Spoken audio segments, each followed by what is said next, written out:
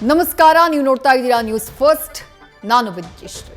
ಪರಪ್ಪನ ಅಗ್ರಹಾರ ಅನ್ನುವಂಥ ಬೆಂಗಳೂರಿನಲ್ಲಿರುವಂಥ ಕೇಂದ್ರ ಕಾರಾಗೃಹ ನಿಜಕ್ಕೂ ಜೈಲ ಅಥವಾ ಹೋಟೆಲ್ಲ, ರೆಸಾರ್ಟಾ, ರೆಸ್ಟೋರೆಂಟಾ? ಇಂಥ ಪ್ರಶ್ನೆ ಆಗಾಗ್ಗೆ ಅಲ್ಲಿಂದ ಹೊರಬರುವಂಥ ವಿಡಿಯೋಗಳು ಪ್ರಶ್ನೆಯನ್ನ ಮೂಡೋ ಹಾಗೆ ಮಾಡುತ್ತೆ, ಪ್ರಶ್ನೆಯನ್ನ ಕೇಳೋ ಹಾಗೆ ಮಾಡುತ್ತವೆ. ನಿನ್ನೆಯಿಂದ ಪ್ರಜ್ವಲ್ ರೇವಣ್ಣ ಅವರದ್ದೇ ಸುದ್ದಿ.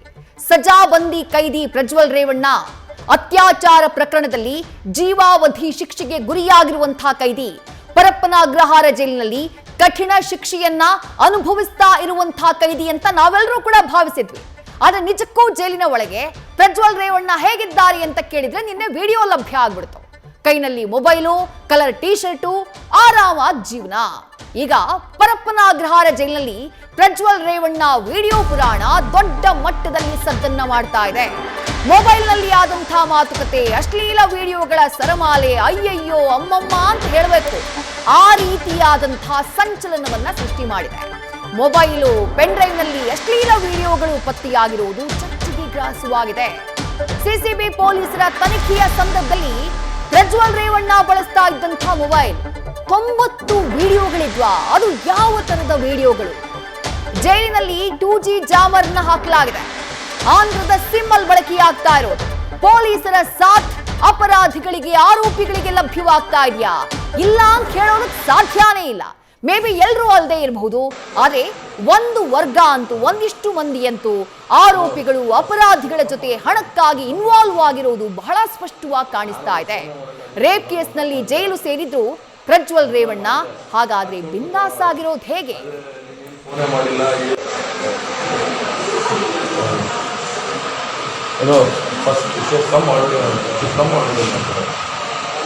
ನಾನು ಅವ್ರು ಫೋನೇ ಮಾಡೋಕ್ಕಾಗಿದ್ದೀವಲ್ಲ, ಮೊನ್ನೆ ಮಾಡಿದೆ ಅದಕ್ಕೆ ಕೂತ್ಕೊಳ್ಳೋಲ್ಲ. ಅದೇ ನೀನು ಫೋನೇ ಮಾಡಿಲ್ಲ, ಏನು ಮಾಡ್ತಾ ಏನೋ ಫಸ್ಟ್ ಕಮ್ಮಿ ಮಾಡೋದು.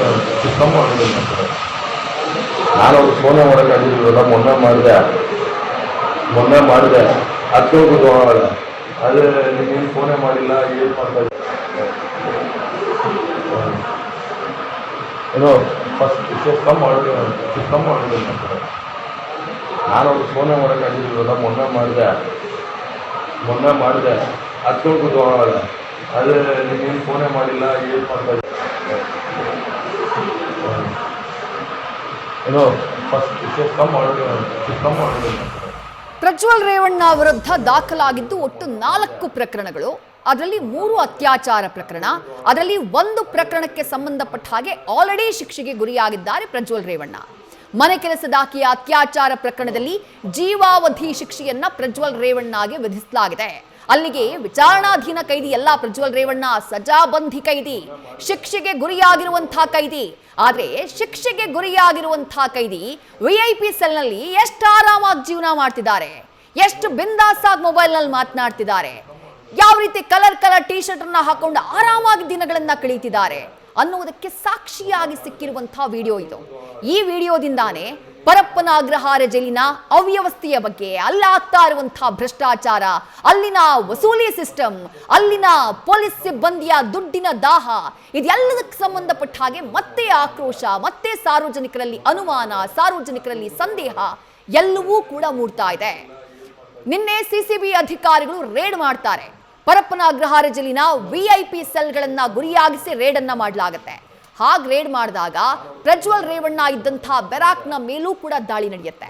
ಆ ದಾಳಿಯ ಸಂದರ್ಭದಲ್ಲಿ ಪ್ರಜ್ವಲ್ ರೇವಣ್ಣ ಅವರು ಬಳಸ್ತಿದ್ದಾರಲ್ಲ ಆ ಫೋನ್ ಸಿಗುತ್ತೆ, ಜೊತೆಗೆ ಪೆನ್ ಡ್ರೈವ್ಗಳೆಲ್ಲ ಲಭ್ಯ ಆಗುತ್ತೆ. ಇದೆಲ್ಲವನ್ನ ಆನಂತರ ಪರಿಶೀಲನೆ ಮಾಡ್ತಾರೆ ಪೊಲೀಸರು. ಹಾಗೆ ಪರಿಶೀಲನೆ ಮಾಡಿದಾಗ ಪ್ರಜ್ವಲ್ ರೇವಣ್ಣ ಬಳಸ್ತಾ ಇದ್ದಂತಹ ಮೊಬೈಲ್ನಲ್ಲಿ ಪತ್ತೆಯಾಗಿದ್ದು ಮತ್ತದೇ ಅಶ್ಲೀಲ ವಿಡಿಯೋಗಳು. ನಿಮಗೆ 2024ರಲ್ಲಿ ಮೇ ತಿಂಗಳು ಅಂತ ಅನ್ಸುತ್ತೆ, ಪ್ರಜ್ವಲ್ ರೇವಣ್ಣ ಅವರನ್ನ ಬಂಧನ ಮಾಡಿದಂತಹ ಟೈಮ್. ಆ ಟೈಮ್ನಲ್ಲಿ ಪ್ರಜ್ವಲ್ ರೇವಣ್ಣ ಅವರ ವಿರುದ್ಧ ಕೇಳಿ ಬಂದಂತಹ ಆರೋಪಗಳು ನೆನಪಿರಬಹುದು. ಸುಮಾರು 2000ಕ್ಕೂ ಹೆಚ್ಚು ವಿಡಿಯೋಗಳಿದ್ದಾವೆ ಅನ್ನುವಂತಹ ಚರ್ಚೆ ಆಗ ಇದ್ದಿತ್ತು. ಪೆನ್ ಡ್ರೈವ್ ನಲ್ಲಿ 2000ಕ್ಕೂ ಹೆಚ್ಚು ಹೆಣ್ಣು ಮಕ್ಕಳ ಅಶ್ಲೀಲ ವಿಡಿಯೋಗಳಿದ್ದಾವೆ, ಅದನ್ನು ಸಂಗ್ರಹ ಮಾಡಿಟ್ಕೊಂಡಿದ್ದಾರೆ, ರೆಕಾರ್ಡ್ ಮಾಡಿಟ್ಕೊಂಡಿದ್ದಾರೆ ಎನ್ನುವಂತಹ ಮಾಹಿತಿ ಲಭ್ಯ ಆಗಿತ್ತು. ಈಗ ಅದೇ ಕೇಸ್ನಲ್ಲಿ ಜೈಲಿಗೆ ಹೋಗಿತ್ತು. ಅದಾದ ನಂತರ ಅತ್ಯಾಚಾರ ಕೇಸ್ಗಳೆಲ್ಲ ಸಂತ್ರಸ್ತರು ದಾಖಲು ಮಾಡ್ತಾರೆ, ಜೈಲಿಗೆ ಹೋಗ್ತಾರೆ ಪ್ರಜ್ವಲ್ ರೇವಣ್ಣ. ಈಗ ಜೈಲಲ್ಲಿ ಶಿಕ್ಷೆಯನ್ನ ಅನುಭವಿಸ್ತಿದ್ದಾರೆ, ಜೀವಾವಧಿ ಶಿಕ್ಷೆ ಒಂದು ಪ್ರಕರಣದಲ್ಲಿ. ಆ ಜೀವಾವಧಿ ಶಿಕ್ಷೆಯನ್ನ ಅನುಭವಿಸ್ತಾ ಇರುವಂತಹ ಪ್ರಜ್ವಲ್ ರೇವಣ್ಣ ಅವರ ಕೈನಲ್ಲಿ ಪತ್ತೆಯಾದಂತಹ ಮೊಬೈಲ್, ಅವರ ಬೆರಾಕ್ನಲ್ಲಿ ಸಿಕ್ಕಂತಹ ಪೆನ್ ಡ್ರೈವ್, ಅದ್ ಎರಡರಲ್ಲೂ ಕೂಡ ಪೊಲೀಸರಿಗೆ ಕಾಣಿಸಿದ್ದೇನು ಅಂತಂದ್ರೆ ಮತ್ತದೇ ಅಶ್ಲೀಲ ವಿಡಿಯೋಗಳು. ಎಂಥ ಮನಸ್ಥಿತಿ ಇದು? ಇದೇನ್ ಮಾನಸಿಕ ವ್ಯಾಧಿನ? ಹಾಗಾದ್ರೆ ಪ್ರಶ್ನೆ ಮಾಡಲೇಬೇಕಲ್ವಾ? ಅಷ್ಟೊಂದು ವಿಡಿಯೋಗಳನ್ನ ಇಟ್ಕೊಂಡು ದೊಡ್ಡ ಮಟ್ಟದಲ್ಲಿ ಚರ್ಚೆಗೆ ಗ್ರಾಸವಾಗಿ ಶಿಕ್ಷೆಗೆ ಗುರಿಯಾದಂತಹ ಪ್ರಜ್ವಲ್ ರೇವಣ್ಣ ಒಳಗನುಭವಿಸ್ತಾ ಇರುವಂತಹ ಶಿಕ್ಷೆ ಏನು? ಇದೇ ಶಿಕ್ಷೆ. ಮತ್ತದೇ ವಿಡಿಯೋಗಳನ್ನ ಇಟ್ಕೊಂಡು ಆ ವಿಡಿಯೋಗಳನ್ನ ಎಂಜಾಯ್ ಮಾಡ್ತಿದ್ದಾರೆ. ಹಾಗಾದ್ರೆ ಪೊಲೀಸ್ ಮೂಲಗಳಿಂದ ಲಭ್ಯವಾಗಿರುವಂತಹ ಮಾಹಿತಿ ಇದು. ಅವರ ಮೊಬೈಲ್ ನಲ್ಲಿ, ಅವರ ಪೆನ್ ಡ್ರೈವ್ ನಲ್ಲಿ ಅಷ್ಟು ಪ್ರಮಾಣದಲ್ಲಿ ವಿಡಿಯೋಗಳು ಸಿಕ್ಕಿದ್ದಾವೆ. ಒಂದು ಮಾಹಿತಿ ಪ್ರಕಾರ 80ರಿಂದ 90 ಅಶ್ಲೀಲ ವಿಡಿಯೋಗಳು ಪ್ರಜ್ವಲ್ ರೇವಣ್ಣ ಅವರ ಮೊಬೈಲ್ ನಲ್ಲಿ ಇತ್ತಂತೆ. ಅಷ್ಟು ಮಾತ್ರ ಅಲ್ಲ, ಈ ಪತ್ರಿಕೆಗಳಲ್ಲೆಲ್ಲ ಫೋಟೋಸ್ ಬರುತ್ತಲ್ಲ, ನಟಿಯರ ಫೋಟೋಸು, ಆ ಥರದ್ದೆಲ್ಲ ಸ್ವಲ್ಪ ಗ್ಲಾಮರಸ್ ಫೋಟೋಸ್ ಬರುತ್ತಲ್ಲ, ಆ ಫೋಟೋಗಳ ಕಟಿಂಗ್ಗಳನ್ನ ಕೂಡ ಸಂಗ್ರಹ ಮಾಡಿಟ್ಟಿರೋದು ಬೆಳಕಿಗೆ ಬಂದಿದೆ. ಎಂಥ ವಿಪರ್ಯಾಸ ನೋಡಿ. ಯಾವ ಕೇಸ್ನಲ್ಲಿ ಅಂಧರಾಗಿದ್ದಾರೋ, ಯಾವ ಕೇಸ್ನಲ್ಲಿ ಶಿಕ್ಷೆಗೆ ಗುರಿಯಾಗಿದ್ದಾರೋ ಪಶ್ಚಾತ್ತಾಪ ಇದೆಯಾ ಅಂತ ಕೇಳಿದ್ರೆ ಇದೇನಾ ಪಶ್ಚಾತ್ತಾಪ ಅಂತ ಈಗ ಪ್ರಶ್ನೆ ಮಾಡಬೇಕು. ಯಾಕಂದ್ರೆ ಮತ್ ಸಿಕ್ಕಿರೋದು ಅಶ್ಲೀಲ ವಿಡಿಯೋಗಳೇ, ಮತ್ತದೇ ಪೇಪರ್ ಕಟ್ಟಿಂಗ್ಸ್. ಯಾವ ರೀತಿಯಾದಂತಹ ಮಾನಸಿಕ ವ್ಯಾಧಿ ಇದು? ಹಾಗಾದ್ರೆ ಮೊಬೈಲ್ ವಶಕ್ಕೆ ಪಡೆದು ಸದ್ಯ ಫೋರೆನ್ಸಿಕ್ ಅನಾಲಿಸಿಸ್ಗೆ ಕಳುಹಿಸಿದ್ದಾರೆ ಪೊಲೀಸರು. ಮೊಬೈಲ್ನಲ್ಲಿರುವಂತಹ ಎಲ್ಲ ವಿಡಿಯೋ ಫೈಲು, ಫೋಟೋಗಳ ಪರಿಶೀಲನೆಯನ್ನ ಮಾಡಲಾಗಿದೆ. ಡಿಜಿಟಲ್ ಡೇಟಾನ ಪರಿಶೀಲಿಸಿ ಅವುಗಳ ಮೂಲದ ಬಗ್ಗೆ ಹುಡುಕಾಟವನ್ನ ನಡೆಸಲಾಗ್ತಾ ಇದೆ. ಈಗ ಮೊಬೈಲ್ ವಿಡಿಯೋ ಬಂತು ಅಂದ್ರೆ ಕಳಿಸಿದವರು ಯಾರು ಅಂತ ಬೇಕಲ್ಲ, ಅಥವಾ ಎಲ್ಲಿಂದ ಡೌನ್ಲೋಡ್ ಮಾಡಿದ್ರು ಅಂತ ಬೇಕಲ್ಲ, ಯಾವ ವೆಬ್ಸೈಟ್ ಇಂದ ಡೌನ್ಲೋಡ್ ಮಾಡಿದ್ರು, ಯಾವ ವೈಫೈನ ಬಳಸಿದ್ರು, ಯಾರು ವೈಫೈ ಅವ್ರಿಗೆ ಸಿಗೋದಕ್ಕೆ ಸಹಾಯ ಮಾಡಿದ್ರು, ಎಲ್ಲವೂ ಕೂಡ ಪ್ರಶ್ನೆನೇ ಅಲ್ವಾ? ಹಾಗಾಗಿ ಡೌನ್ಲೋಡ್ ಆಗಿರುವಂತಹ ದಿನಾಂಕ ಜೊತೆಗೆ ಅದೇ ಫೋನ್ ಮೂಲಕ ಯಾರ್ಯಾರ ಜೊತೆ ಸಂಪರ್ಕ ಮಾಡಿದ್ದಾರೆ ಅನ್ನೋದಕ್ಕೆ ಸಂಬಂಧಪಟ್ಟ ಹಾಗೆ ಪೊಲೀಸರು ತನಿಖೆಯನ್ನ ಮುಂದುವರಿಸಿದ್ದಾರೆ.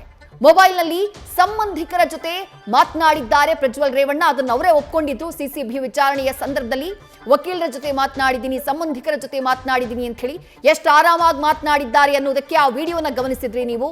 ಜೊತೆಗೆ ಬ್ಯಾರಾಕ್ನಲ್ಲಿ ಒಂದು ಪಾಕೆಟ್ ನೋಟ್ಬುಕ್ ಕೂಡ ಪತ್ತೆಯಾಗಿದೆ. ಆ ಪಾಕೆಟ್ ನೋಟ್ಬುಕ್ ನಲ್ಲಿ ಕೆಲವರ ಹೆಸರು, ನಂಬರ್ಗಳು ಸಿಕ್ಕಂತ ಮಾಹಿತಿ ಇದೆ. ನೋಟ್ಬುಕ್ ನಲ್ಲಿ ಯಾರ್ಯಾರ ನಂಬರ್ ಇದೆ, ಯಾರ್ಯಾರಿಗೆ ಕರೆಯನ್ನ ಮಾಡಲಾಗಿದೆ, ಆ ನಂಬರ್ಗಳನ್ನ ಯಾಕೆ ಇಟ್ಕೊಂಡಿದ್ರು, ಪರಪ್ಪನ ಅಗ್ರಹಾರ ಜೈಲಿನ ಒಳಗೆ ಒಬ್ಬ ಸಜಾಬಂದಿ ಕೈದಿ ಹೊರ ಜಗತ್ತಿನ ಸಂಪರ್ಕ ಇರಬಾರ್ದು ಅಂತ ತಾನೇ ಜೈಲಿನಲ್ಲಿ ಹಾಕೋದು. ಜೈಲಿನ ಒಳಗೆ ಹೋಗಿ ಶಿಕ್ಷೆಯನ್ನ ಅನುಭವಿಸಿ ಮಾಡಿದಂತಹ ಪಾಪ ಕರ್ಮಗಳನ್ನೆಲ್ಲ ಬಿಟ್ಟು ಪಶ್ಚಾತ್ತಾಪ ಪಟ್ಟು ಸರಿಯಾಗಿ ಹೊರಗಡೆ ಬರಲಿ ಅಂತ ತಾನೇ ಶಿಕ್ಷೆಯನ್ನ ಕೊಡೋದು. ಪ್ರಜ್ವಲ್ ರೇವಣ್ಣ ಅವ್ರ ವಿಚಾರದಲ್ಲಿ ಅದಾಗ್ತಾ ಇದೆಯಾ? ಇಲ್ವೇ ಇಲ್ಲ ಅನ್ನೋದಕ್ಕೆ ನಿನ್ನೆ ಆಗಿರುವಂತಹ ರೇಡ್ ಸಂದರ್ಭದಲ್ಲಿ ಪತ್ತೆಯಾದಂತಹ ಆ ವಿಡಿಯೋಗಳು, ಆ ಮೊಬೈಲ್ ವಿಚಾರಣೆಯ ಸಂದರ್ಭದಲ್ಲಿ ಸಿಕ್ಕಂತಹ ಮಾಹಿತಿ ಇವೆಲ್ಲವೂ ಕೂಡ ಸಾಕ್ಷಿಯನ್ನ ನೀಡ್ತಾ ಇವೆ. ನ್ಯೂಸ್ ಫಸ್ಟ್ ನಿರ್ಭೀತಿಯಿಂದ ನಿಮ್ಮ ಪರವಾಗಿ.